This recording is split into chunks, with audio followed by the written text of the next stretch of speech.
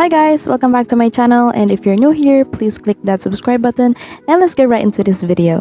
So I want to go right ahead to prepping my nails, and while I do that, i-explain ko yung nail design for today.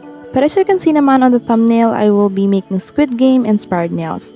That Netflix series is such a hit and I love watching it. Napaka-intense niya and very unpredictable, which I guess why it went viral and a lot of people loved watching it as well.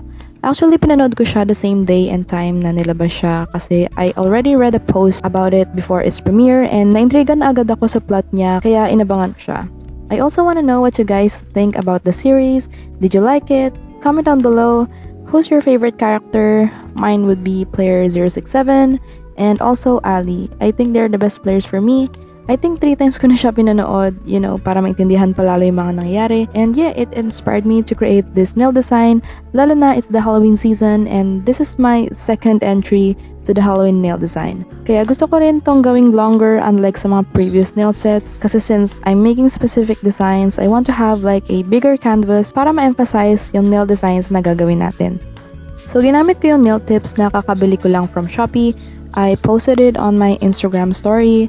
I was excited for this purchase kasi straight siya compared sa nail tips na meron ako ngayon na may curve yung gilid. And yung nabili kong nail tip is meron siyang magandang C-curve, which is the curve that I like. And napakamura niya given na it came with a box. I think one downside of me using nail tips is yung sizes. Kasi my nails are, I think, smaller than average. Like yung smallest nail tip size is still too big for my pinky. Kaya palagi ko siya ina-adjust, and for the rest of my nails, yung ginagamit ko is usually from sizes 5 to 7, and yung ibang sizes, di ko na siya masyado nagagamit, so I use it for my practice hand para di siya masayang. Also, if you have noticed, this is a vertical video. Normally kasi I edit my videos in a horizontal position, but I want to try this one for longer videos kasi sa shorts ko lang ginagamit yung vertical position. So comment down below what you think about this setup, if you want horizontal videos better, or you'd also want vertical videos from time to time. I'd like to hear from you and work with what you guys prefer. So now I'm laying down the polygel. Gumamit muna ako ng nude pink as a base. So later, I will put a layer of gel polish over it. I chose pink kasi yan yung majority na color sa polygel collection ko. Mas marami siya sa clear and white, kaya yun na lang yung ginamit kong base polygel. When I'm making long nails, gumagawa muna ako ng first layer ng polygel more on the nail tip part, and for the second layer, dun na ako maglalagay ng polygel on the cuticle area. This way, I can also make an apex to support the whole nail.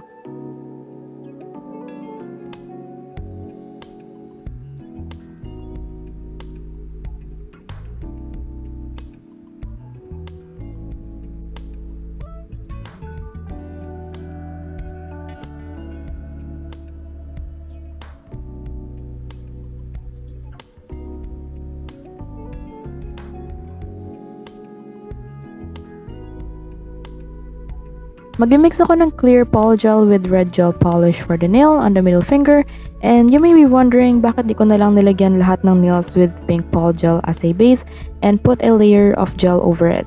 So sa nails na nilagyan ko ng pink base polygel, color black kasi yung gel polish na ilalagay ko over it, and I prefer the glossy finish of the black gel polish instead of the black polygel na lalagyan ng top coat. And usually kasi pag nagmi-mix ako ng clear with colored polish para kulayan siya, the polygel gets runny, and if I'm working with black polygel, it can get a lot messy.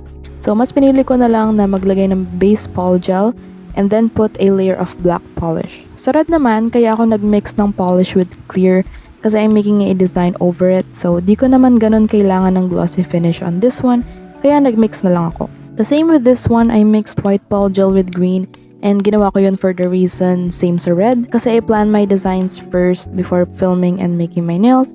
I try to sketch it out para may guide ako along the way. So with that, I can visualize beforehand yung mga kailangan kong gamitin for this set.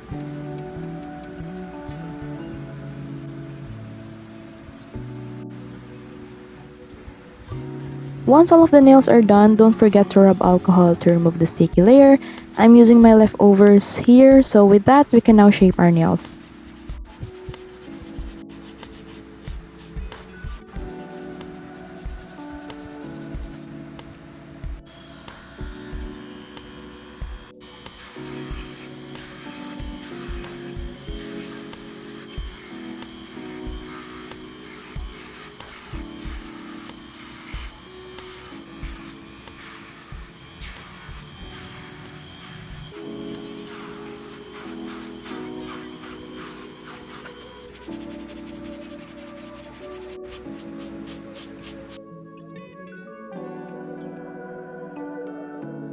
After shaping our nails, proceed na tayo with making the nail art. As I mentioned before, maglalagay tayo ng layer of black gel polish over the pink polygel.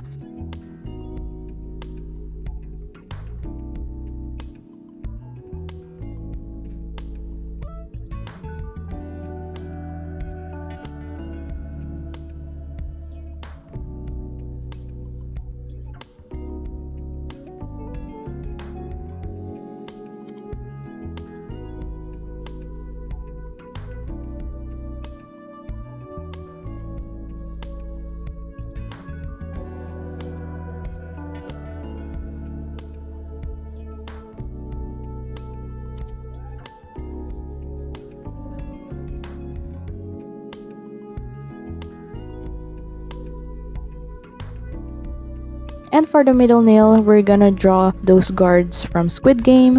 Gagamit ako ng dotting tool to lay out the shape and then use a thin brush to fill it in and make the edges crisp.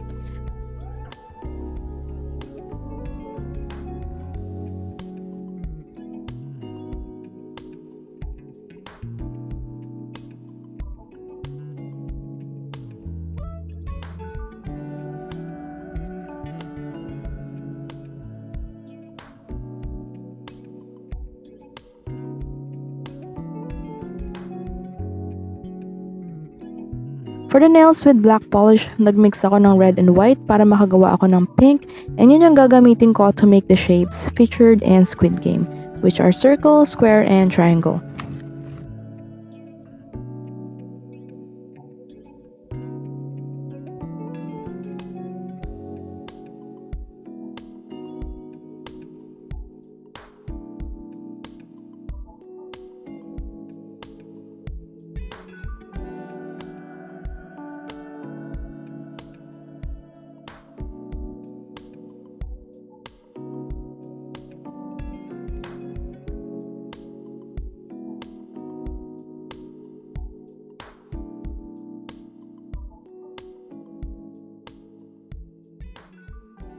For the green nail, I'm making a nail design based off my favorite character, which is Player 067.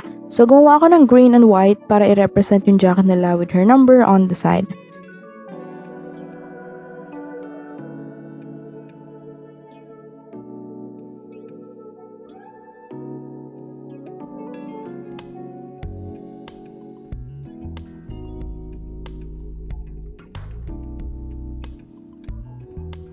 Now we're gonna apply top coat after drawing the nail art.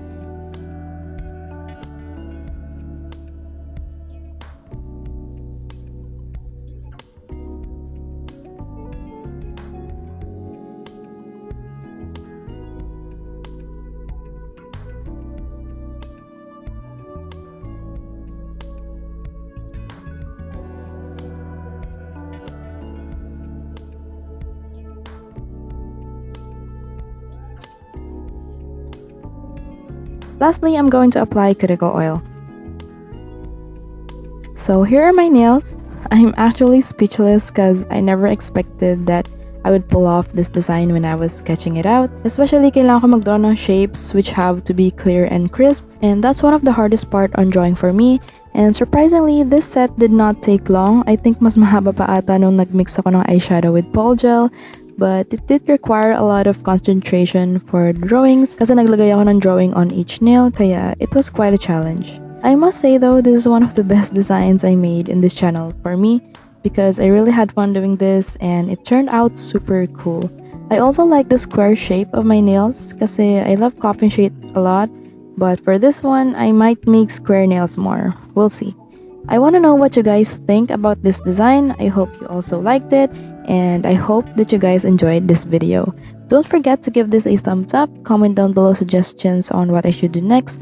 Also follow me on Instagram at @thehappyfingers, and if you're new here, subscribe to my channel, turn on my post notifications, and I'll see you on the next one.